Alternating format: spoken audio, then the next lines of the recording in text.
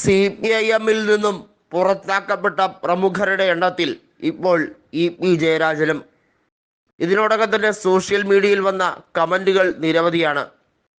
KR ഗൗരിയമ്മയും MV രാഘവനെയും പുറത്താക്കിയ പാർട്ടിക്ക് EP ജയരാജനെ പുറത്താക്കാൻ എന്ത് കാലതാമസമാണ് ഉള്ളത് എന്ന രീതിയിൽ. എന്നാൽ വാസ്തവത്തിൽ EP ജയരാജൻ മാത്രമായിരിക്കില്ല ഇനി വരും ദിവസങ്ങളിൽ നിരവധിയായ നേതാക്കൾ പാർട്ടിക്ക് പുറത്താകാനുള്ള എല്ലാ സാധ്യതയുമുണ്ട്. പാർട്ടിയിൽ നിന്നും പുറത്താക്കപ്പെടുന്ന നിരവധിയായ നേതാക്കൾ തീർച്ചയായും അവർ BJPയിലേക്ക് ചേക്കേറാനുള്ള സാധ്യതയും ഉണ്ട് എന്ന വിലയിരുത്തലിലേക്കാണ്.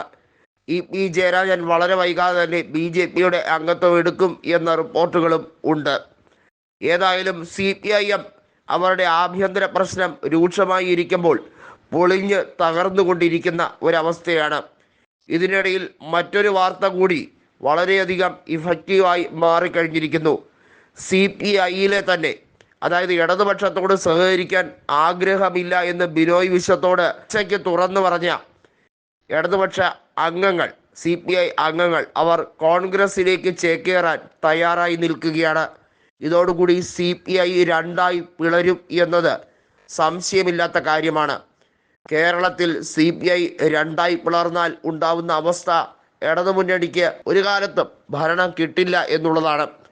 കഴിഞ്ഞ 2 തവണയായി ഭരണം കിട്ടിയത് കാരണം ജനങ്ങളെ ദ്രോഹിച്ച പിണറായി വിജയന് മറുപടി കൊടുക്കേണ്ട സമയം അതിക്രമിച്ചിരിക്കുന്നുവെന്ന് CPIയിൽ തന്നെ ഭൂരിപക്ഷ അഭിപ്രായം ഉണ്ടായി കഴിഞ്ഞിരിക്കുന്നു. കൃത്യമായി പറഞ്ഞാൽ CPI വെറും കളിപ്പാവയാണ്.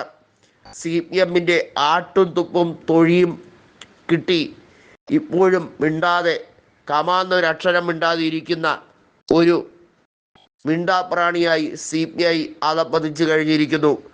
ഇതിനകത്ത് ഉശിരുള്ളവർ CPIMന്റെ നെറികേടുകളെ ചോദ്യം ചെയ്തുകൊണ്ട് മുന്നോട്ട് വരുന്നുണ്ട്. അവർക്ക് പിണറായിയുടെ തന്നിഷ്ടവും ഇത്തരത്തിലുള്ള അഹന്തയും സഹിക്കാനോ ക്ഷമിക്കാനോ കഴിയില്ല. അവർ ഉറപ്പായും പറയുന്നു, നിങ്ങൾ ഈ നെറികേടിന് കൂട്ടു നിൽക്കരുത്, അധികാരം വെച്ചൊഴിയാൻ നിങ്ങൾ തയ്യാറാകണം, CPI പിരിച്ചുവിടണം, CPI എന്ന പ്രസ്ഥാനം ഇനി ഇടതുപക്ഷത്തോടൊപ്പം കൂടരുത്, ഒന്നെങ്കിൽ CPI കൂടോടുകൂടി UDFിലേക്ക് എത്തിക്കണം, അതല്ലെങ്കിൽ പ്രസ്ഥാനം പിരിച്ചുവിടണം, ഓരോരുത്തരും അവരുടെ ഇഷ്ടത്തിന് ഏതെങ്കിലും പാർട്ടിയിൽ ചെന്ന് ചേരട്ടെ. എന്നാൽ അങ്ങനെ പൊടുന്നനെ ഒരു തീരുമാനം എടുക്കാൻ കഴിയില്ല എന്ന് ബിനോയ് വിശ്വം അറിയിച്ചതോടുകൂടി പ്രത്യേകമായ രീതിയിലേക്ക് കാര്യങ്ങൾ പോവുകയാണ്.